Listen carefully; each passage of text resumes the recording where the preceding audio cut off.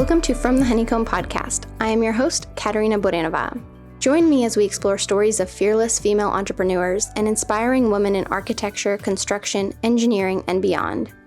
Each episode is a captivating blend of topics that resonate with the soul. Whether you're here to learn more about entrepreneurship, architecture, holistic living, or just need a little extra inspiration, you've come to the right place. So sit back, relax, and let the buzz of positive energy spark your curiosity.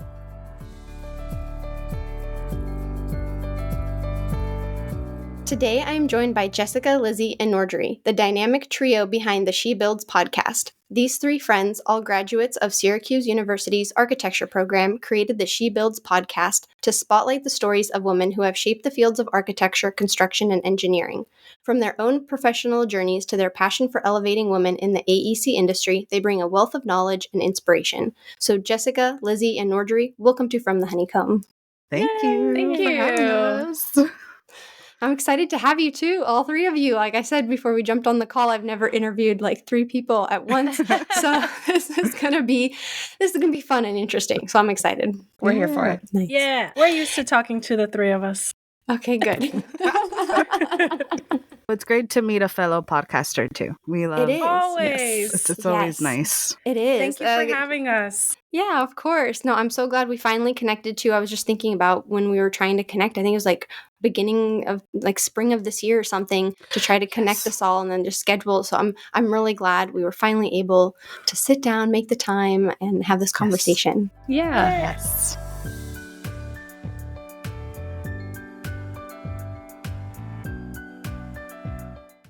So as you all know, we begin every episode by sharing something that we are grateful for in the present moment. So Norgerie, what are you grateful for? I am grateful for Jessica and Lizi, truly.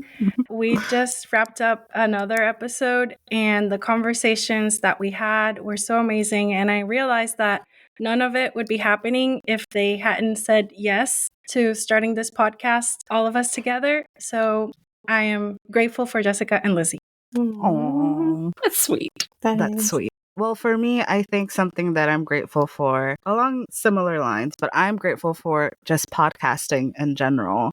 It's given us this opportunity to meet people like you, Katerina, and other fellow podcasters. It's given us the opportunity to speak at other places and gives me a chance to hang out with Norgerie and Lizi more than I probably would have if we didn't have the podcast. So that's always nice. Absolutely. I think that's something I like about podcasting too. I feel like the people I have met through this platform are people I never would have met had I not started my podcast. And I think that goes to the relationship with you as the three of you, as well as being able to have another podcast in kind of the architectural industry space and to be able to connect as well. And I know all three of you are kind of sprinkled out across the country as well. Yes. So it's great that you have this to connect together. Yeah. That's right. Yeah. It keeps us in touch. So Yes. we like that. For me, I think I'm grateful for the listeners, I think, or like just women in the profession who want to hear more of these stories. The fact, because honestly, without them, I mean, we'd probably still be doing this just for fun, but I love that people are interested in this topic and that they want to hear more. So I'm really grateful for that. They're good motivators. Yeah. Oh, for sure. For sure. There is something, and I'm sure maybe you resonate with it as well, as when you put the content out there, and you can see the statistics, the numbers, the downloads. But when you hear from someone who's listening to the podcast that they listen and that they resonated with an episode, or they liked something, or they finally connected with one of your guests or whatever it was, it makes it so worth it. It does. It makes it so much more worth it than seeing that numbers in, I don't know what platform you share everything in, but it just makes it that much better. Yeah. Agreed. And then when people come up to you and they tell you, or you get a comment that's like, I really liked this episode, or wow, this was eye-opening, or an email. Oh my gosh. Okay, sorry. But I have to bring it up because I get chills every time I think about it. A couple of weeks ago, we got an email from a listener that because of our show and shows like ours, so I'm sure she's a listener of your show as well, that she decided to apply to grad school to get her master's in historic preservation. Wow. And that email came in. All three of us were boohoo crying. It was because it was total waterworks, because you don't think of the impact, but at the end of the day, that's what we want to do, right? We want to inspire and motivate women to do what they want to do in this industry. So it was great. So unless you want to frame that email, I can just imagine. Oh, just I like, definitely Right? screenshot it. I just haven't picked out the frame. That's so funny. No, I have a folder in my emails. It's like called like positive vibes. And whenever I get in any of my email Yeah. accounts, anything like that, and whenever I'm having like a bad day, I'll go to that folder, open it up, and it'll either be emails from clients or like my previous boss or whoever wrote me or listeners or whoever or a friend or anything. And like that kind of just helps motivate, especially when, like I said, you're putting something out there, you don't always know if people are resonating with it. Yeah. That's such a good idea. We have it in our inbox. That was Oh. our first email when I realized that we didn't do that yet. Oh, really? Oh, great. But I did then. I was like, favorite emails. Oh, nice. Check it out. Nice. Now you'll have that folder to look back on. Hi, it's me, Katerina. Before we jump into today's episode, I want to share with you something that can change the trajectory of your life. If you are ready to start your own architecture firm but are feeling overwhelmed by where to begin, I understand, because I felt the same way when I first embarked on my entrepreneurial journey. This is why I have created the ebook, The Mindful Blueprint for Launching Your Architecture Firm. This comprehensive workbook contains everything I wish I had known before starting my own firm. From building a solid business plan to creating your brand, the Mindful Blueprint for Launching Your Architecture Firm offers a step-by-step guide tailored to your timeline, whether you're launching your firm today, next month, or in a few years. Dive into essential topics like financial planning, organization strategies, and how to secure your first client, all in one convenient resource. That's right, you don't have to spend hours researching. I have done that for you so you can focus on building your business. And that's not all. With your purchase, you'll also receive an exclusive meditation for business owners, mindfulness tips, a crystal guide for support, and gratitude exercises to help you stay focused and positive throughout your journey. Turn your dream of having your own firm into a reality with the Mindful Blueprint for Launching Your Architecture Firm. Click on the link in the show notes to get your copy today. Now, let's dive into the episode. Well, so speaking of the podcast, can you share with us where the idea for the podcast came about? You all went to Syracuse together, and when did you start the podcast? When did that idea kind of form for you? So the idea formed in 2019. Okay. I started listening to podcasts, and I like architecture. I studied it for 5 years, but I'm also a history aficionado. So I love history, and I wanted to listen to a show about women in architecture history, and I couldn't find it. I spent some time looking for it, and at the time that I was looking for it, it didn't exist. So I had this crazy idea. I was like, you know what? Maybe I should do it. Maybe I should start a show about women through history that have passed away that are architects. And I told a friend, and he told me that it sounded like a limited series because there wouldn't be enough women to develop an entire show around. And that's when I decided this is not just an idea. I have to do it. Like, challenge accepted, right? So I also realized I didn't want to do it alone. So I reached out to Jessica and Lizi individually to just tell them, hey, I have this idea. How about you join me? And thankfully, they both said yes, which I was not expecting. And it's been amazing. Like, the show would not be what it is without the three of us doing this together. Well, I was going to say, we have different components of the show because I'm mostly interested in history, but Jessica had the idea also like, well, we're going to be rooted in history, but we should also talk about women alive today doing great things. So that's a section of the podcast that is entirely thanks to Jessica and Lizi. Do you want to talk about it? Well, I was gonna say. So the section is called the Caryatid, and that is credit to Lizi because she was able to find out of a title. So a caryatid in Greek architecture, it's a pillar or a column shaped like a woman that holds the pediment in Greek architecture. So that's what that symbolizes in our ladies that we choose. And then the reason why I thought we should talk about it was because we're talking about all these ladies in the past, but we know that there's a lot of women today that are doing great things. And it's the way that I described it to Norgerie was that it's our version of giving them their flowers while they can still smell them. Even if it's in a digital space. Yeah. That's beautiful. And how do you choose and select which woman? I mean, obviously there's so many to choose from. How do you know who to highlight and when? Because I know I've listened to some of your podcasts, and there's times where especially for the women who are no longer alive, is getting information about them. I think it was one of the Puerto Rican women in architecture you had, and there were just no files about her. And it's like, so first I want to know, how do you pick a woman? And then where does that research take you? How do you find, where do you get the information? Yeah. Well, so to kind of give ourselves some parameters, like we have seasons of our show, and then we'll like take a break in between. And we try to pick a theme for each season to kind of give us some guardrails or like parameters in bowling. Right. Yeah. And so that helps us kind of choose which ladies we're going to talk about and that kind of thing, or at least like kind of narrow the scope. And research, I mean, it's a lot of searching and just sort of, like looking at other people's citations to then hopefully find the source that they pulled it from. And then maybe it'll turn you on to something else. Yeah, I don't know. Ladies, do you have other thoughts on the research part? It's a lot of just internet searching, for... Oh, yeah. Yeah. It's a lot of willpower too. Like sometimes if I can't find information on the lady, I just don't want to give up. So like Lizi said, we get creative. We look at the citations. We look at adjacent information. Like, okay, if I found out where they went to school, then I'll research the school.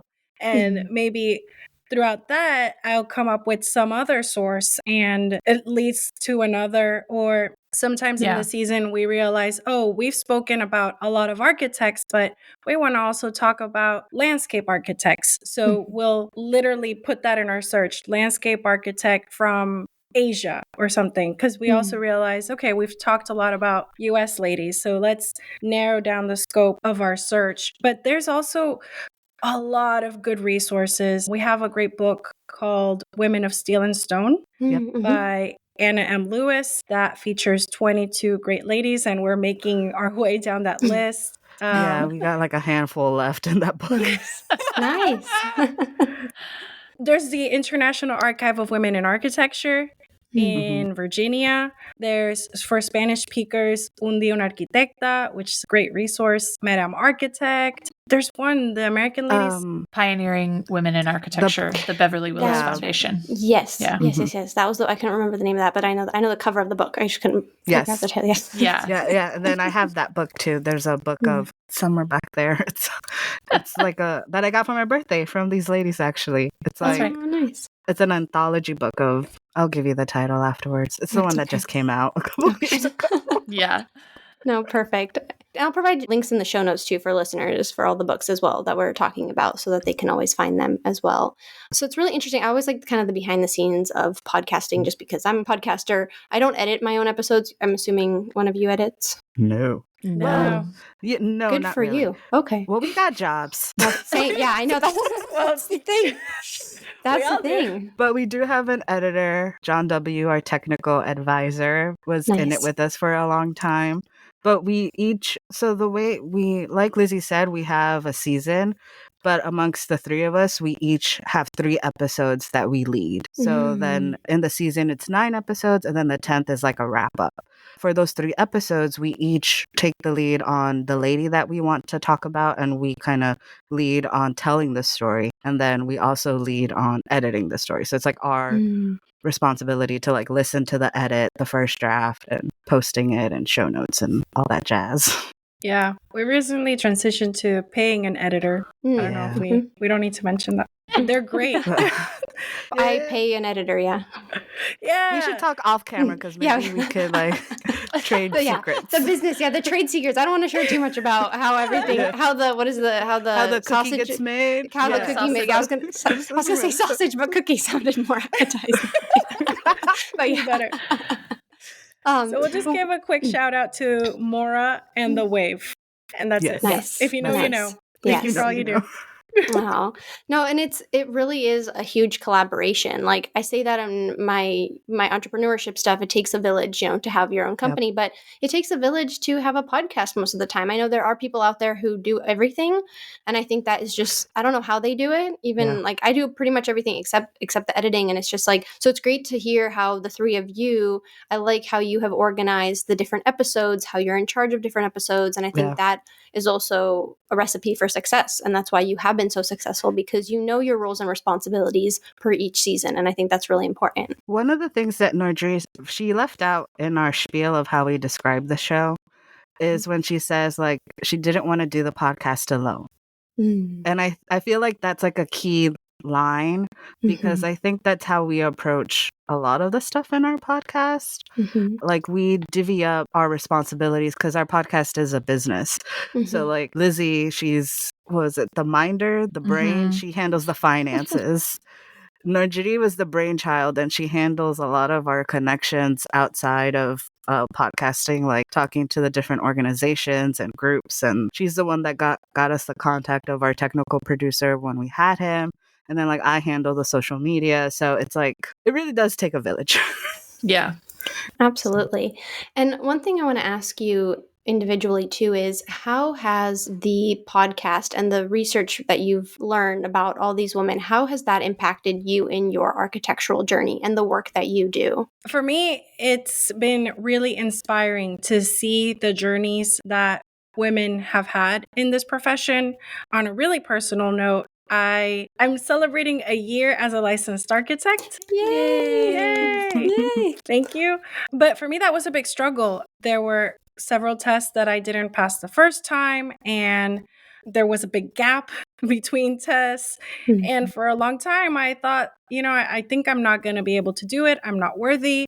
I didn't pass the first time, so it must mean I'm not that good. But learning how other ladies from the beginning of this profession struggled and persevered themselves to get to where they were, even just taking tests again and again, I was inspired to do the same. And I think I'm a licensed architect a little bit thanks to this podcast, because it just inspired me to keep going and to be a part of this profession. Wow. That's really beautiful too. It's getting inspiration, because I struggled with the exams as well. And I know, remind me, Jessica and Lizi, are you both licensed?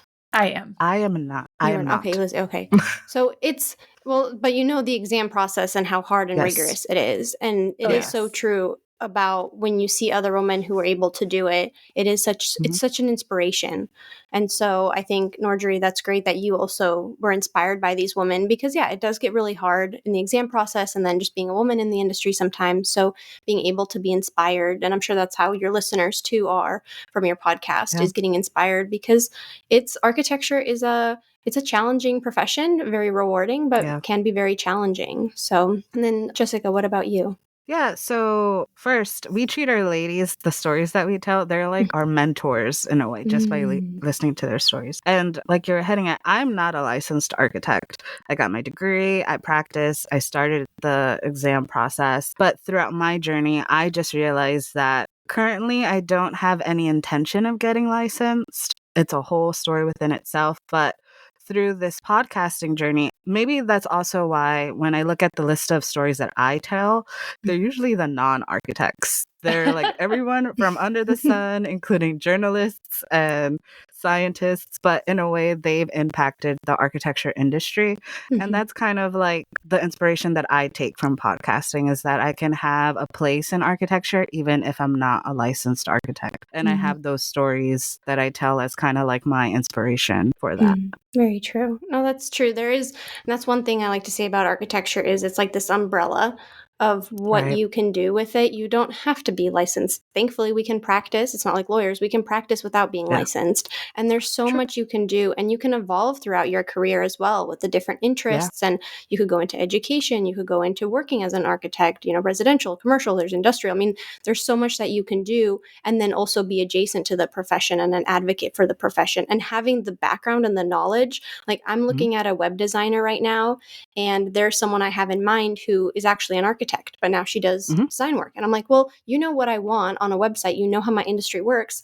That's so beneficial to me. And so like already right there, that's someone I want to work with, because they understand. I don't have to explain, what does an architect do? So I think that's something that's going to help you in your journey as well throughout architecture. Yeah, in my daytime, in my day life, my 9 to 5, I work as a marketing coordinator at a small architecture firm.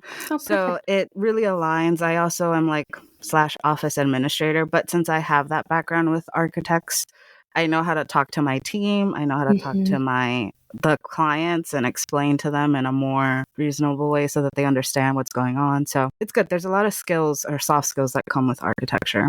Very true. Yeah. And Lizi? Yeah, I think for me, I don't know if there's like one thing in particular, but I just feel like the podcast, I mean, I think it's just more similar to what Norgerie said about the perseverance of the ladies. Like, I think it just sort of helps you keep going, even then when things are hard in this profession, like whether it's like tough clients or tough relationships. And I think these women were so resilient and so strong to kind of keep going, even though there were hard things, especially like whether it was discrimination against their gender or just like the issues that come up in the profession. So I think that is, like Jessica mentioned, we think of these women as our mentors. And I think that is part of it, is just sort of them showing the example of like how to keep going, even when things are tough at work. No, definitely. It goes back to what Norgerie said. It's the mentorship, and it's, I think too, and I don't know all of your experiences, but when you're working in the profession, there's not many women mentors. At least most of the architecture firms I've worked at, there isn't another woman. I've worked for another woman architect, but that was just a summer internship. So there's, finding someone who you can resonate with too, because like I said, and I don't know what your experiences are, but trying to find a woman mentor can be really difficult in the actual profession. Yep. Right. That's true. Totally. Though I have been lucky, I have experienced other women in architecture, but I will say that outside of that, like when I go to a client meeting, when I'm meeting with general contractors, when I'm on site, 9 out of 10 times, I'm the only woman there. Yeah. Right. And that's another reason why we decided to start this show, is because we wanted to create a space where we were more visible. Yeah. No, it is. It's the inspirational. And I think I also resonate with why I started my podcast, is I wanted a place to also meet other women in architecture. And I think, like, going back to what we were sharing about what we're so grateful for, Norgerie, you said the podcast. And I think, Lizi, you said the listeners, right? Is, I got that right? Yeah. Good. Is, it comes back to all of that, it's this community that you create. And I feel very grateful for my listeners and through social media, for the community. And then now, which is amazing, is you have enough of a following, at conferences, like, and you have merchandise too, which we can talk offline after, like, how do you, it's amazing though. Like, you have created this incredible community that is also off air now and in person at events. Obviously there was the whole COVID thing, but now you're being able to meet with your listeners. And so what is that feeling like when you are at these events and you have people coming up to you? Like, what is that kind of feeling? Like, how does that make you feel? Katerina is out of this world. Let me tell you. When people recognize your voice before they recognize seeing you. Oh, yeah. It's so strange. That's so interesting. Yeah. Or they recognize our logos. I think not this year, but last year, Lizi and I went to the AA conference when it was in San Francisco, and we were wearing our little She Builds podcast t-shirts, and we're at like a mixer, and someone comes standing next to us at the bar, and they're like, "Hey, I recognize that logo. I listened to that show." And we're like, "This is our show." We were like, "We are that show. This is us." That's amazing. Yeah, it's wild. I think, and Lizi, that's why I think Lizi is so grateful for our listeners, because they're our motivators and the reason why we do it. But I think at the beginning, when we like set out to do this show, we were like, man, only our parents are going to listen to this. Yeah, that's and what like I our thought. Friends. So the fact that it's like other people that listen to it, it's like, it just still blows our mind. And we're like 4 years in. Yeah. No, It's surreal. Surreal and gratifying, I think, too. And just like I said, and then it goes back to just the inspirational as well. And so through the podcast and then the three of you working together, how have you feel like you have individually grown through working together? Because architecture is a very collaborative, industry. So I think in your collaboration together, you've really formed this really special group. So just working together, how has that helped you grow as an individual and as a designer and architect? I don't know if this is going to answer the question, but I was just thinking about it this week. Lately, when I struggle with my people I'm coordinating with, I think of how would I approach this with Jessica and Lizi? Like, because like you said, we are collaborating on a show. There are times that the three of us disagree on an approach or what we want to do. And I think heavily like, okay, how am I going to bring this up? Because at the end of the day, we're best friends, right? Mhm. So thinking about it like that, like coming from a place of empathy and understanding, I've taken that into my profession and how I try. I'm not always successful, but I try to approach a design problem or a coordination issue just like, okay, how would I handle this at Shibo's podcast? And I think I've grown that way. I hope. It's Sultans would say different how different. you approach someone who you know really well and love and like don't want to upset versus somebody that is just sort of an acquaintance. So I do think, yeah, that makes sense in terms of, yeah, thinking about how you approach people differently in terms of like how we might do it with each other. That makes sense. It's funny you asked that because I was just thinking about it. Yeah, I was curious too, because like I think about how the podcast has made me like individually better as well. It's helped me with my speaking and public speaking. Yeah. Like being able to like for me, I've noticed I'm more confident like in front of a microphone too. Like even now in person, give me a microphone and I can talk for an hour. Like, Yep. it just there's this like level of confidence that has come with podcasting. So like that's how I've seen myself grow and be able to also be confident in front of clients. And I think I've also slowed down how I speak because sometimes like I can really talk really quickly or how I'm trying to explain something. That has really helped me. So that's kind of what I was interested just to hear from other podcasters is how has it made you better, especially since we all work in a similar industry? How have you helped? Because I think it's just another soft skill, kind of Jessica, like you mentioned, just another skill that you're acquiring. Yeah, that's definitely been something that the podcast has helped me grow. I think between the three of us, I am probably the one that's like the most outspoken, the one that's not afraid to get up on stage, and I could have a mic in my hand before the podcast, which I don't know why that is, but it is what it is. But because of the podcast, I feel like I feel more confident. Like you said, I have those, and I'm not that afraid to speak in front of people or just like, hey, how's it going? My name is Jessica. But what I have learned from this show and doing it is like the stories that we tell and the people that we impact, at least for me, it's solidified my purpose, I think, in what I want to do in the industry. Like even because of the podcast, the groups of people that we've been able to like reach out to and speak to, I think has been really nice. And then even if we don't have the show, I know that I would want to do something similar to what we're doing, even if it's not in the podcast format, just because of the things that I've been able to see and learn while doing the show. It's really impacted in how I see my career, even outside of podcasting. So that's why podcasting was what I'm grateful for. Okay. It gives me so much. It just keeps going full circle moments. Yeah. Yes. Yeah. I think people often expect me to be a better public speaker than I am. Well, I just need to prepare. Like Jessica can show up and wing it, as she likes to say. I'm not not as comfortable winging. No. So the other day I was put in a position where I had to wing it and someone told me, "Oh, but you can do this. You're a podcaster." And I was like, Listen. This is not the same as recording on my closet with And we have editors. We have an editor that can edit me out when I mispronounce a word or say something funny. Like there's no edits in real life. But my boss does say that I have grown more confident in the way I speak, so maybe it's true. But I think I still have a little bit more to do on that front. Yeah, I agree. I mean, I think even though I still don't love getting, I'm more similar to Norgerie where like I like to have something written down or prepared and that kind of thing in a public speaking scenario. Because even though we do this all the time, I feel like I still want to feel prepared for something, you know, but I do feel more confident in like the more that we do presentations or get asked to go on someone else's show or something. I think it's also because I'm more confident in like what I'm going to say, right? And that kind of thing. Or just, you know, we've been doing this long enough that it feels more known to me. Like I feel more of it, not an expert, but if that makes sense, you know what I mean? So it feels more comfortable.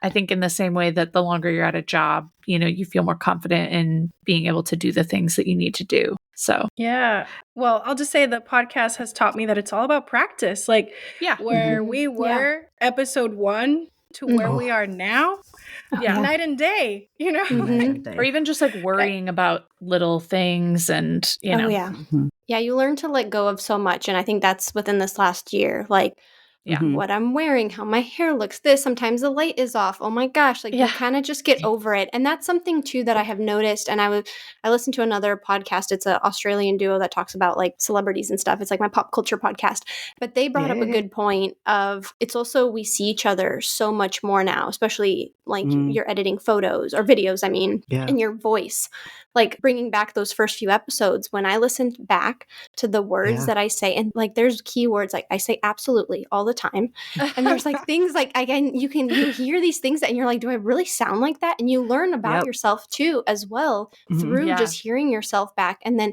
through seeing Yeah. yourself on the videos, and, like, Mhm. there's so much you also have to just let go of, and not be like, I used to try to be, like, as perfect as possible, but sometimes it's just, like, you just have to show whatever the conversation is, like, that's what's more important. I don't think people care if, like, one hair is out of line. At this point, I don't care.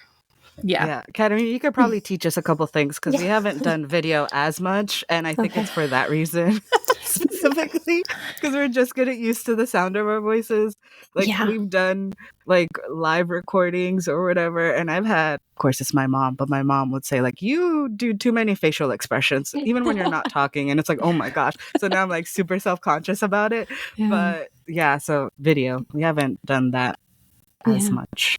Now, the video definitely changed, and it's good to hear that you started your podcast before the video aspect Yeah. was included. Mhm. Like, I remember I would just have a weekend in my PJs, hair up, Mhm. not even caring what anything looked like, the lighting. Now it's like a whole production of Right. Yeah. how anything looks. And, like, I used to have my husband on all the time, and there was a technical coordination. I'm like, well, I only have one camera.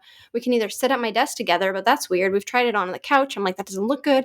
So, like, he hasn't been coming on as much because I'm like, I don't know how to coordinate this with you. And I feel like sometimes the video can be very limiting on Mhm. what you're able to do. Mm. Especially, I mean, I could buy the equipment. It was a couple $100s to be able to have 2 cameras and 2 microphones going and have a whole studio space. But so that's just a little That's a lot. side thing. It is. Yeah. It's a lot. Yeah. Well, we don't even have a video editor because that was the other thing too. We were like, Oh, yeah. let's focus on audio and let's Mhm. get that right, and Yeah. we'll figure out the rest. No, it's prioritizing what to. And your listeners like the Mhm. audio, and that's what they come to you for as well. I think eventually we'll get into video at some point because I will say, like, from a social media perspective, when I look at the numbers, people like seeing faces, like our Mhm. faces when in our social media posts. So, like, I thought that was very telling. And a lot of people, they come up to us and they like our show because since it's very conversational, sometimes they feel like they're in the show or they want to like, they find themselves like responding Oh, to yeah. whatever we're saying. So I think that's how it ties into social media and how they like seeing our faces because it's their own way of how they can interact with us. So that is something that I want to work on somehow, but with what time? Mhm. Oh, yeah. Oh, What yeah. time? The time component too, and I think that's something listeners don't always recognize is the moment you get an idea for a podcast episode or you contact a person to be a guest Yeah. to the time the episode airs, so much work goes into that. And that's Yeah. even having an editor. And I don't Yeah. have a video editor. I thought about it. I'm like, it's not worth it for me right now. So do you do the video editing? I do everything in Oh, in through the Riverside. platform. Through the Yeah. platform. So shout out to Riverside, which if you want to sponsor me, Yes. sponsor me. Ooh, I'd yes, love to honey. be sponsored by Riverside. Just like putting that out there. Mhm. But yes, I would say I do everything through here, and that's just for my Okay. Instagram. But Right, okay. otherwise, I'm not on YouTube. Yes, could I do Yeah. it? It's just there becomes, and I'm sure you resonate with this. And you, like you said, we all have jobs, and we're Yeah. not professional podcasters, and there's a limit to how much my capacity is, and I'm at capacity, Yeah. so I can't bring on YouTube right now. I'd love to, and then there's the Same. question of delegating that out, but then there's the cost associated. So Yep. yeah, it ends up being a lot. We feel that. Agreed. And then I think you're lucky, Katerina, that it's you.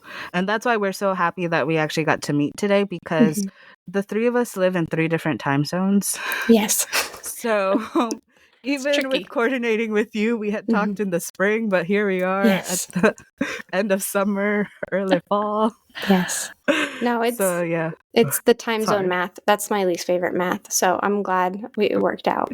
Yes. Oh, my goodness. It becomes like a big brain teaser when we try to plan out throughout the year our different seasons and our episodes, like when are we going to record? When is it going to air?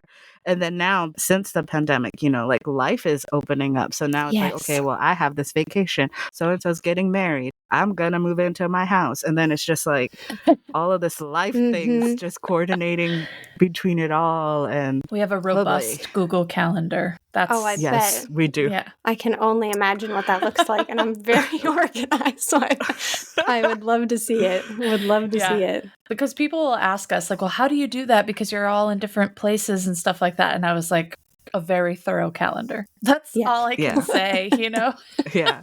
And we do have our 2 standing meetings. Like, even if we're not recording, it could be a meeting just to like catch up or what's going on or what bills need to be paid or what are we going to talk about next season or whatever. And that's usually Saturdays and Mondays. It used to be Friday nights, but now it's Monday nights. Yeah. Well, yeah. But we started the podcast we started the podcast in 2020, right? So like, like when it were wide open back then. Very true. Very true. But then we moved it to Mondays and then Saturdays. So Nice.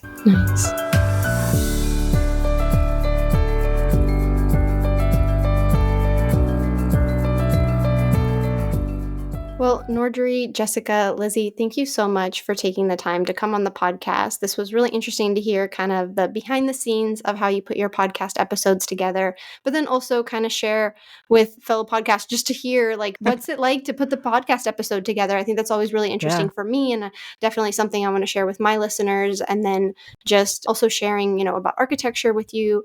I'd love to have you come on. We can also do an episode all about architecture, but I really appreciate this kind of behind the scenes and just being able to have a chat with you. Yeah, this has been great. Thank you so much for having us. Yeah. And where can listeners find you?